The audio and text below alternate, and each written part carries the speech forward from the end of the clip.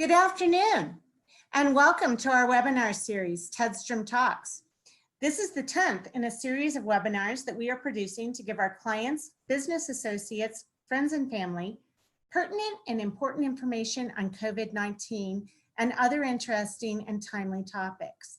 Your video and microphones have been muted. However, please feel free to use the Q&A icon located at the bottom of your screen to ask questions throughout the presentation. I would like to introduce you to Peter Tedstrom, founder and chief advisor of Tedstrom Wealth Advisors. Peter has 35 years plus experience as a certified financial planner. He has been consistently recognized through awards and recognition as one of the country's top financial advisors. Peter, welcome and take it away. Thank you, Barbie, and it's always good to see all of you out there. Although I don't see you, I know who's there, and we really appreciate you being a part of these webinars. Today is going to be, I think, a very interesting and hopefully entertaining discussion with Gregory Moore. Gregory is the editor-in-chief of Deke Digital, a Wheat Ridge-based agency that drives new business for companies through the production, distribution, and active channel management of expert content. Previously, he was the editor of the Denver Post from 2002 to 2016. During that time, the newspaper won 4 consecutive Pulitzer Prizes. His journalism career has spanned more than 40 years, with stops in Dayton and Cleveland, Ohio, and 16 years at the Boston Globe, where he was managing editor from 1994 to 2002. So the way I look at this is symbolically, I'm always, as a journalist, trying to draw imagery to help me understand what it is I'm thinking about. I kind of equate what's happening right now as sort of similar to the tearing down of the Berlin Wall, that the practices and policies and symbols of white supremacy and racism are being dismantled or addressed brick by brick. Now, I don't know how long it's going to take, but I think there are a lot of positive results where, higher education, and I sit on some boards, as I mentioned, they're examining their curriculum, they're examining, how they hire and promote people. They're looking at a whole bunch of things that have, been unexamined in higher education for probably 2 or 3 or 4 decades. And it's happening in financial institutions. Goldman Sachs is sort of saying, look, we're going to re-examine how we appoint and who we appoint to our board of directors. We're going to make more capital available to underserved communities, things that probably should have been done decades ago. If you really want to examine why there's income inequality, it's because people didn't have access to capital. They were unable to build wealth in their homes if they were people of color. So all of these things are being examined, and I think it's a positive. The symbols, whether you're talking about Confederate flags or you're talking about Confederate, statues and things like that. I don't know about you, but I can tell you there's hardly anything more intimidating than walking down a street in Richmond and being, shadowed by, statues of Confederate generals. I mean, there's just nothing that is more terrifying and dispiriting for me than that. And I would never take my kids to Richmond, Virginia and let them see that. Wow, that's fascinating. One of the things that I've scratched my head about with regards to the protests is the accompanying violence and how that causes the movement to lose some of its luster, if you will, when people say, hey, you're fighting against racism, yet you're looting and there's violence involved in these protests. Can you comment on that? Yeah, somebody actually asked me whether or not looting had been a part of protests, sort of historically. And I was like, no. I mean, not during the Vietnam War, not during the civil rights movement. I mean, violence has never been a part of peaceful protesting in America. The fact is, there are bad apples out there. And I'm not going to make any excuses for why they did it, because I don't think destroying another person's livelihood could ever be justified. And so, those people who sort of insinuated themselves in the protests, whether we were in Miami or anywhere across America, because it happened in communities all across America, I think, the people who were organizing those protests after 2 or 3 weeks were able, with some assistance from police, to get that element out of the protest. And that's been much less a story over the last 2 or 3 weeks than it was during the first couple of weeks. But there's no place for that. And I think it was a small fraction of people that were doing that. And they were usually doing it under cover of darkness, which tells you a lot about their motives. Sure does. And they're wearing masks, presumably, too. So there's an aspect of anonymity. And you're leading me into the next question, and that is around media coverage. If it's a small portion of the population that is violating the peaceful protest acumen, if you will, but that's what the media shows us because that's what sensationalizes the story Right. and causes us to look. Tell me about the media coverage on the movement, and is it effective, and how should we be, better consumers of this kind of media?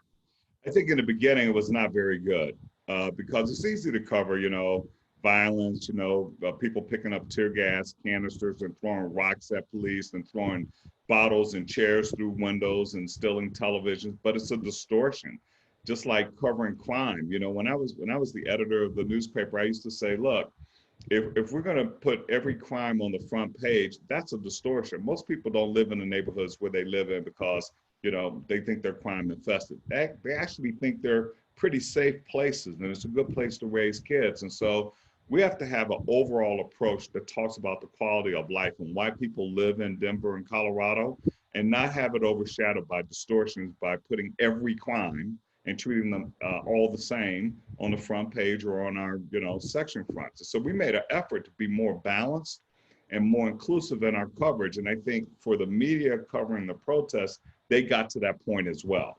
They got past the easy shots, and talking to people who were angry and cursing and carrying signs with profanity, and began to talk to people about, the kinds of structural issues that sort of barred them from fully participating in American life. And that's, talking about access to, capital for, their homes and their neighborhoods, and access to quality education and things of that nature. And the media began to cover some of these big issues and to put them in context so that you didn't have, misrepresentations about what defunding police departments really means. It didn't mean getting rid of the police department. It meant, taking away some of the responsibilities that over the last couple of decades have been piled on police officers. That has created more pressure on police to handle issues of domestic violence and substance abuse and mental illness that, in the 1970s were handled by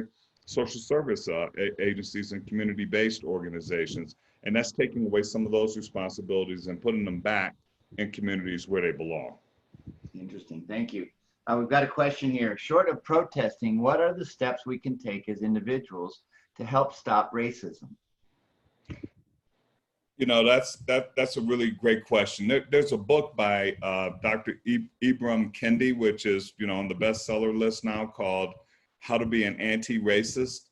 And it really, sort of talks about first cleansing your mind of the stereotypes and the kind of things that you've been fed that perpetuate, assigning personal blame to groups of people, as opposed to looking at some of the institutional things that, create structural inequities. And that's how you get to be an anti-racist, is you challenge people who make racist statements.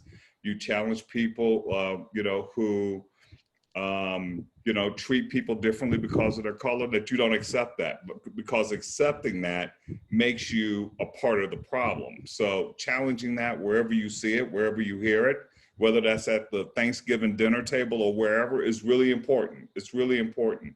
And then secondarily, I think to use your power and influence and whatever resources you have to create opportunities to level the playing field, whether it's in education, whether it's in financial services, to be a part of the solution of getting rid of all the barriers that, create unequal access to the American dream. That's really how it starts. It's an individual thing, and that's what I tell all my friends who ask. There's no magic bullet. You can't get there overnight, but it's a process. And you know, if you read Ibram Kendi's book, he talks about it because as a Black man, he found out that he was racist, that he had a lot of, you know, racial stereotypes about Asians and about Latin American people and about women that, you know, have been fed to him, and that, you know, he ascribed, you know, those behaviors of an individual to the entire group of Black people or Asians or Hispanics or whites, and that's racist. And once he realized that, he cleansed himself of that, and he dedicated himself to, you know, breaking down the barriers that are represented by our institutions. And that's how you get to be an anti-racist. So it sounds like it starts with looking at ourselves in the mirror. I think I've done some of that myself, thinking, all right, well, you know, there are these stereotypes. And if you have a stereotype about a particular race, that's probably racism. And it's not fair to stereotype any one person based upon sort of what the belief is or what the media coverage might be. Where I want to go next is around an arrest situation, where we've heard people talk about, well, if they just would succumb to the arrest and not, you know, like I think George Floyd didn't get in the police car as an example, and things like that. Yeah. Would that help, or is that exactly the problem you're talking about? Is when you get in a police car, if you're Black, you're going to jail, and if you're white, you're probably going to get questioned and maybe let go. Yeah, not always. I mean, the jails are full of white people that, you know, are in prison and in jail. You know, that kind of. Look, I think it's basically, you know, I think a lot of police come to confrontations with Black people fearful that, you know, the stereotypes that they've grown up believing, that, you know, African Americans are stronger, that they're, you know, more likely to be on PCP, that it takes, you know, 5 people to subdue them. They come to that confrontation worried about that. And the first indication that you are not completely supplicant escalates the situation in a way that it wouldn't. Now, let me tell you a story. I have a good friend, a white woman who's married to a Black guy. And the things that she's been able to do with police, like yelling at them, you know, demanding to know why they stopped her. Like, if you're a Black person and you ask that cop that question 2 or 3 times, you're going to get pulled out of the car and you're going to be face down on the ground. Not only that, but this woman, you know, when she got out of the car and he wrote her ticket on a clipboard, she took the clipboard and flung it across the highway. Okay, she flung it across the highway. Another time, she was cold outside and she told the police officer, I want to get in your car where it's warm and I want to sit in the front seat. And he let her sit in the front seat. That would never happen, you know, to any Black person that I know. And I know that sounds like a generalization, but it's not. It's true. And it's all about sort of what happens when they come to these situations. So it really comes down to training. You got to be trained differently. You got to figure out how you de-escalate situations. And it's not just on the part of Black people who should be trained to know how to interact with police officers when they have encounters, like keep your hand on the steering wheel, make sure you say yes, sir, no, sir, that you're monosyllabic, yes, no, whatever. Police officers should be retrained about how they encounter people of color as well. Interesting. I remember my parents telling me the same thing. Don't, you know, keep your hands shown, be ready to show your license and your registration. Yeah. Don't get out of the car, which I initially I thought that's what I should do, is get out of the car because I want to be forthright, but that's threatening to them. Right. So thank you for clearing that up. As it relates to what you're doing and what we can do, what are you most interested in doing to contribute to this moment of change? You know, it's really interesting. I'm interested in sharing the kinds of things that I've read with people. You know, I've read some really good books over the last 10, 15 years. I was on the Pulitzer Prize board for 9 years, and I call that the best book club in America. You know, we get to read some incredible books and then choose the ones that are, you know, considered the best in various categories. So I try to share a lot about what I've read. But in terms of what I think is the area where the greatest difference could be made. I think it's access to capital and dealing with income inequality. I think that if you have resources and you have money, then everything else gets better for you. You can live in a better neighborhood where the tax base is better and the schools are better. You can, afford to buy a car so that you can get to work and you're not dependent on buses and public transportation, and therefore you become a more reliable employee. I owned a house in a Black community in Cleveland for 16 years. When I used to work in Cleveland, I paid $50,000 for the house in 1983, and I sold it like in 1996, and I made $13,000 on it, $13,000, and that's because of redlining. Okay, I mean the values of those properties are artificially suppressed. In contrast, I owned a house. I had the worst house in the nicest neighborhood in Boston, in this neighborhood in Boston. I bought it for $128,000, and I sold it 2.5 years later for $263,000. It changed my life. And so, fixing those kinds of inequities, I think, are central to sort of making progress when it comes to income inequality. Fascinating. Thank you. I was just about to ask this question, and Pam actually is addressing it as well. It's around the defunding of the police. That sounds like not a very good idea. She says, I believe in retaining and rebranding them to make them loving and respectful of everyone. How do you feel about defunding the police and or retraining? I'm really big on retraining. I'm super big on retraining.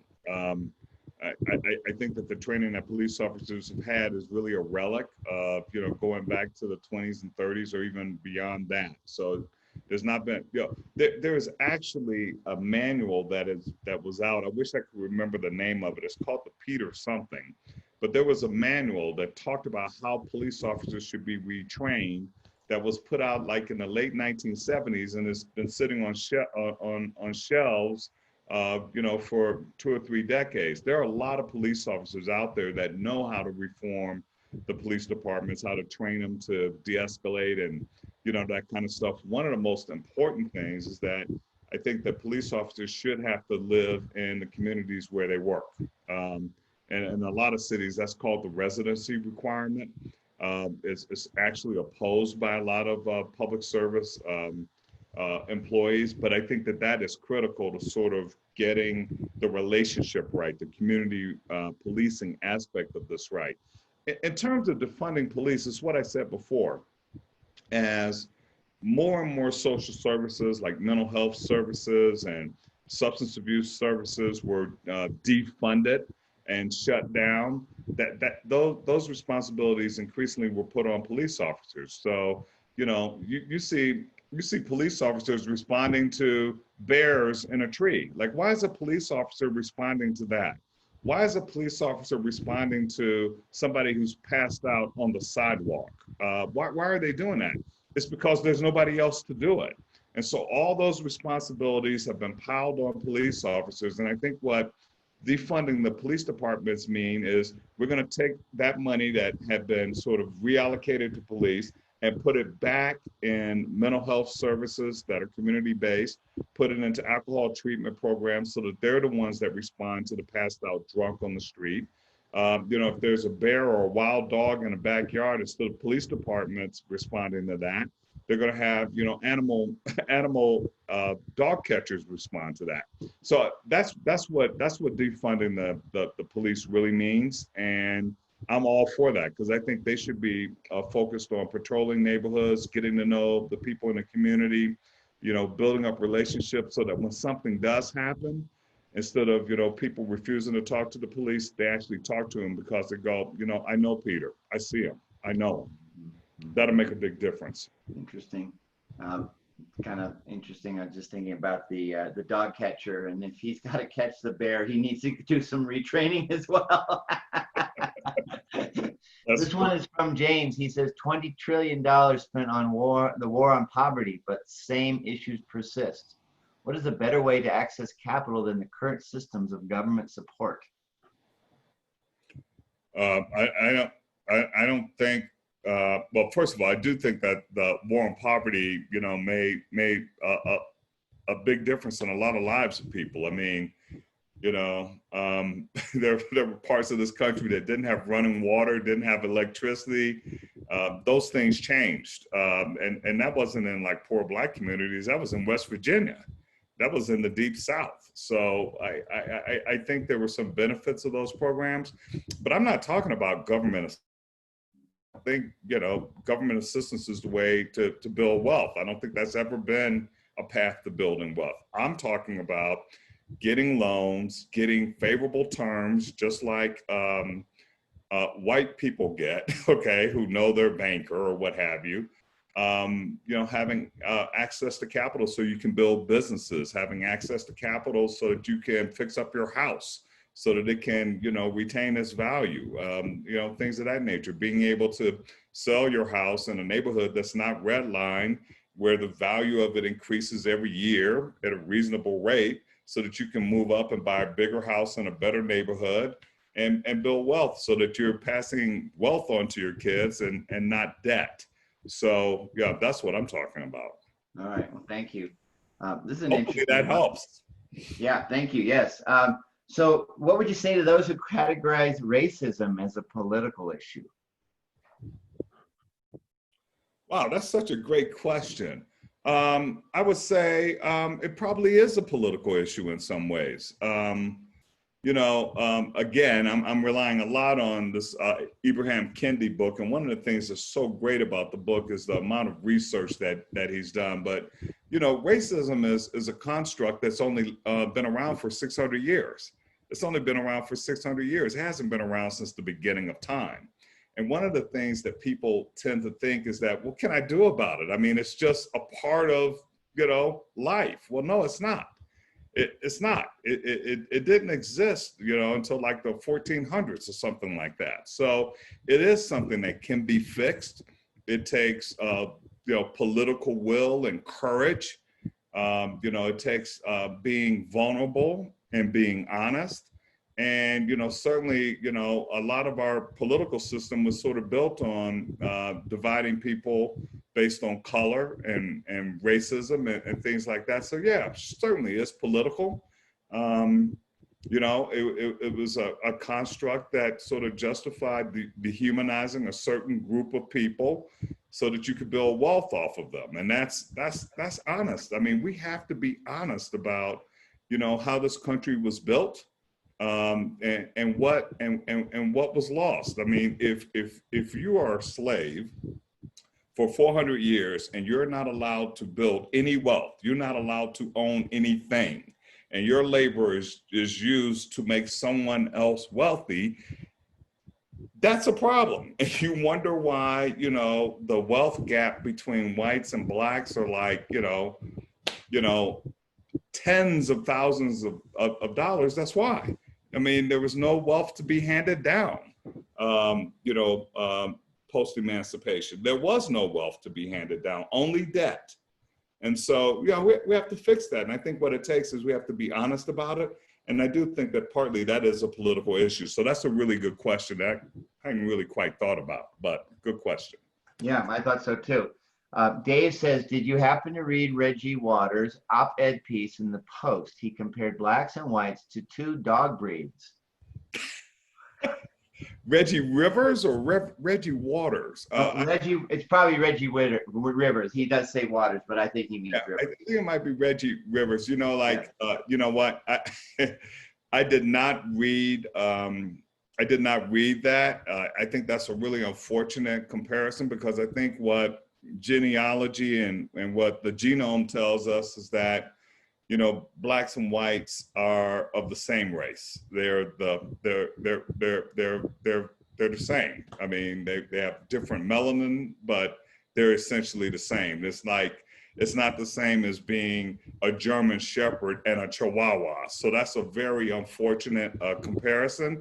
And Reggie is way too smart to be doing that. But again, I haven't read the article. I would just say that, when you hear things like that, I think it's really important to do research, not accept it. Don't get into an argument about it. Go get the facts.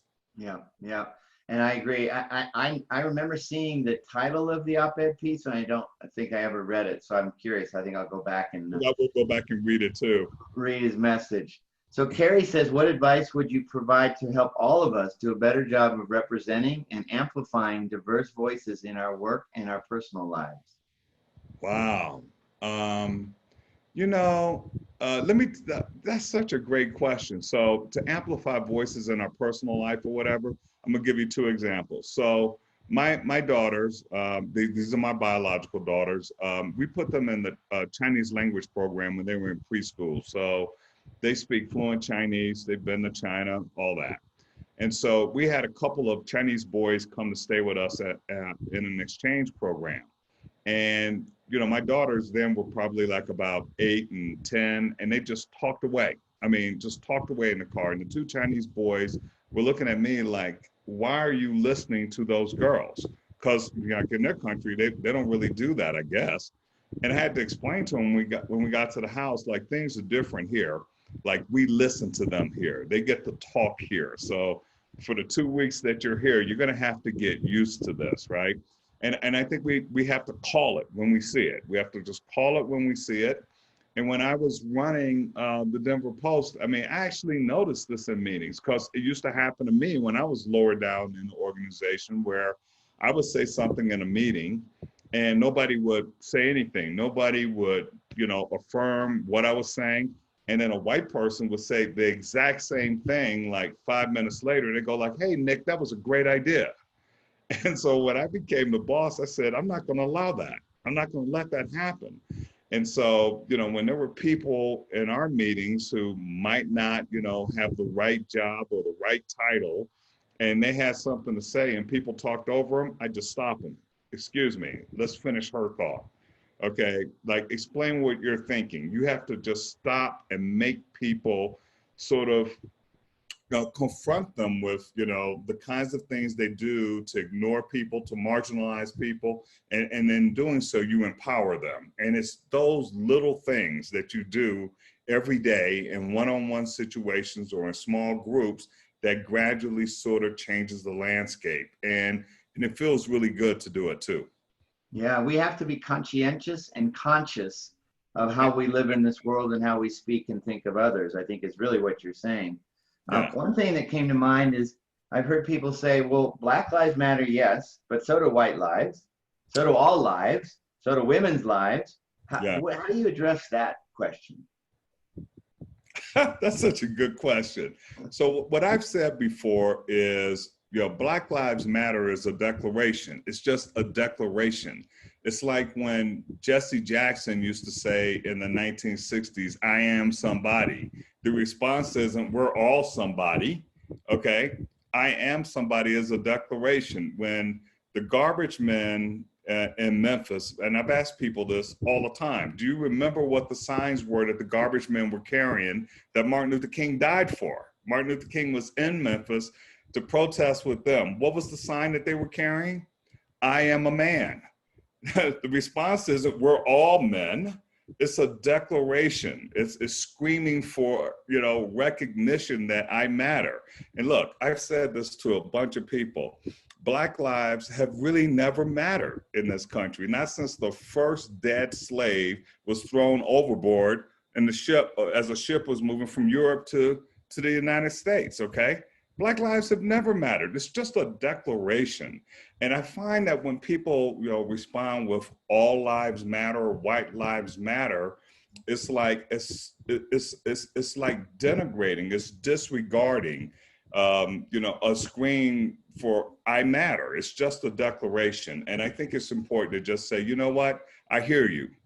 I hear you and I understand that, you know, for a long time, there've been a combination of factors that clearly have sent strong signals that you don't count, that you don't matter. Like, I hear you, that's all, just acknowledge it. And, you know, and if you want to talk about white lives matter or all lives matter in some other context, I think that's great. But to use it in response to someone saying Black lives matter, I just think it's disrespectful. And one of the things I can say, I live in a mostly white community. I've been really amazed. My daughters have too, that a lot of my white neighbors, they have signs in their yard that says Black Lives Matter. And you can see the smile on her face that there's an affirmation that she matters. And doggone it, I think that's great. Yeah, I do too. Thank you. Robin says, I've been thinking about the earlier comment about racism. Isn't it just a reflection of humans never much liking other humans that don't look or behave like them? That's been around a long time, right? No, it hasn't been around a long time. As I said earlier, it's really been around like, based on race for only about, 600 years. Like, that's really important to understand. I mean, like, some people were, like Egyptians, subjugated, somebody from Mesopotamia or something like that, but not based on race, okay? And certainly not in an inheritable way where, you inherited that state for generations upon generations. That's racism. All right, that's racism. No matter, who you're born to, no matter where you're born or whatever, like that's your condition based on the color of your skin. Like that's different. That's new. And I think that's why they call it the peculiar institution, okay? Because it was inheritable. There was nothing you could do about it. There was nothing you could do that could change it. You inherited that state for centuries. And that's why it's a peculiar institution. Yeah, fascinating. Let's see here. We've got a question from another one of our viewers. Can you give us 5 or 6 top books to read? You mentioned Abraham Kennedy. Are there others? Sure, that's really great. I wish I had brought my list with me, but certainly How to Be an Anti-Racist is really a great book. Probably one of the greatest books I've ever read, and I think it's really, really important to read this book. It's called The Half That's Never Been Told, and it's the economic story of slavery. It is an incredible book, and when you read it, you would just go like, why don't I know that? Why don't I understand that? Well, it's because you've never been told. It's never been taught. It's never been shared. But the economic underpinnings of slavery was global. Okay, it was global, which is why it was so hard to defeat, because it was global. But anyway, great book.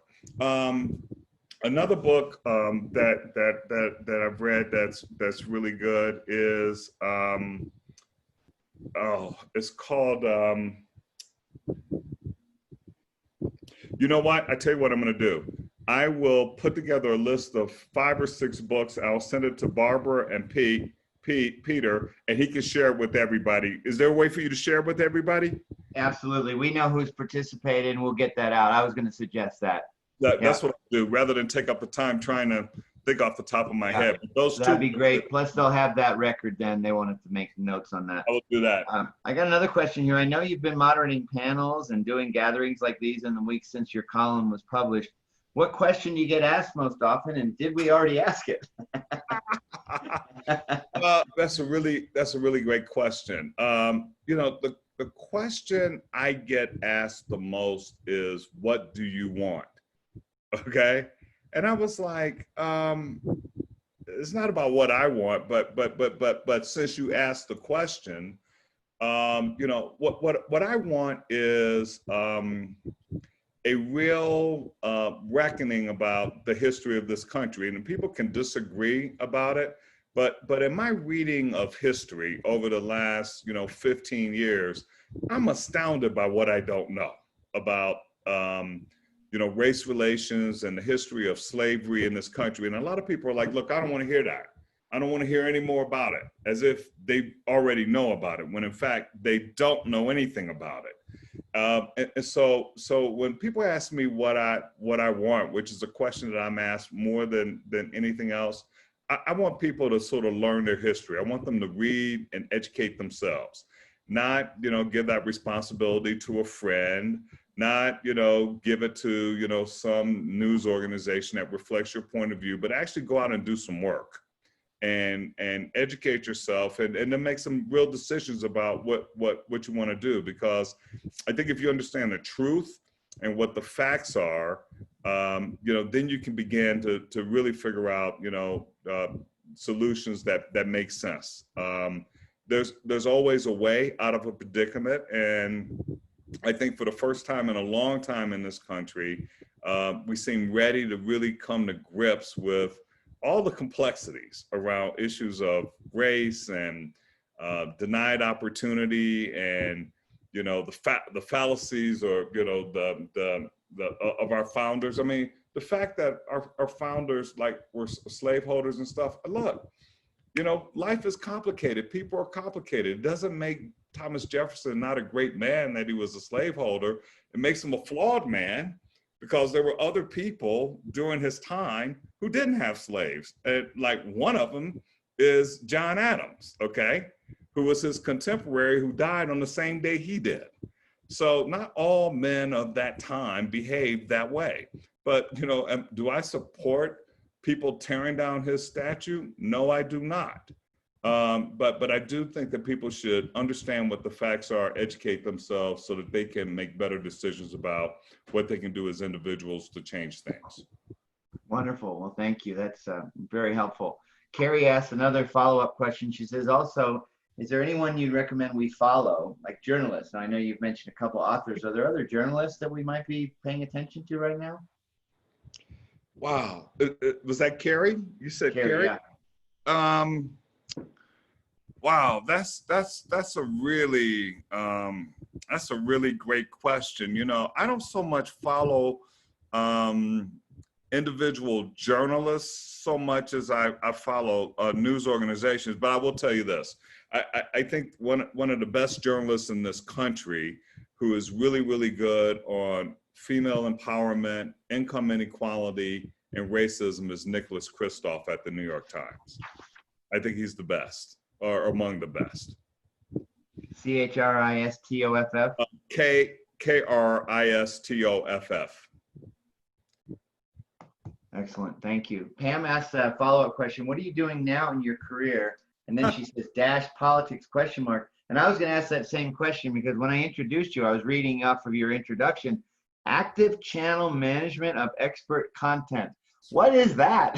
I don't know who put that in there. Maybe I wrote that, but excuse me for jargon. So what I do is I work for a small startup company, and what we do is we work with CEOs, and we help them produce thought leadership op-eds, and we get those published in Fortune and Forbes, Barron's, some trade publications, and it's all aimed at elevating their brand or elevating their personal profile, or helping them with deal flow. But in a world where the media is kind of diminished, and it's really hard to get your message out, and it's really hard to stand out in the crowd, we help amplify your voice, and so that people can say, hey, that Peter, he really knows a lot. I really like how he identifies trends and what he sees over the horizons, and I've tested what he's written about, and I think he's right. And the next time I have an opportunity, I think I'm gonna call him up and do business with him. That's what we aim to do. And I'm in charge of producing all the interviews with the CEOs, with my group of writers, and I also work with the editors to get the articles placed in their publications. So that's what I do. Wonderful, exciting opportunity. So are politics in your future? No, politics is not in my future. It's really a bruising sport, and I think it really takes people of great courage and stamina to do it. But I think there are so many other ways for me to contribute. I speak to students all across really Colorado, and I serve on nonprofit boards. I'm on the University of Denver board. I'm on the Betcher Foundation board, and I'm really proud to be part of a group that is providing full ride scholarships to kids from all over Colorado. I'm actually involved in an anti-human trafficking organization out of Washington, D.C. I'm the chairman of that board. So there are lots of ways to contribute besides politics. And, I think it's one of the reasons I decided to be a journalist. 45 years ago, I thought about being a lawyer or a doctor or a politician, and I thought that it was just much easier and more impactful to be a journalist. And I was able to bring about some really impactful change, and changed policies, change people's minds, change people's conditions as a journalist. And I'm about as proud of that as I am of, if I had even, had my name on a piece of legislation. So there are other ways to do it, and politics just is not on the table. Not in the cards. Well, journalism in general has been under attack for at least 4 years and maybe even longer. And we don't know what fake news is anymore because everybody's claiming fake news if it doesn't, advance their thought or their mission or their cause or themselves. If it's a cut down to them, it's fake. If it's cuts down somebody else, it's real. But Right. it's fake to the other person that's getting cut down. So how do we deal with that?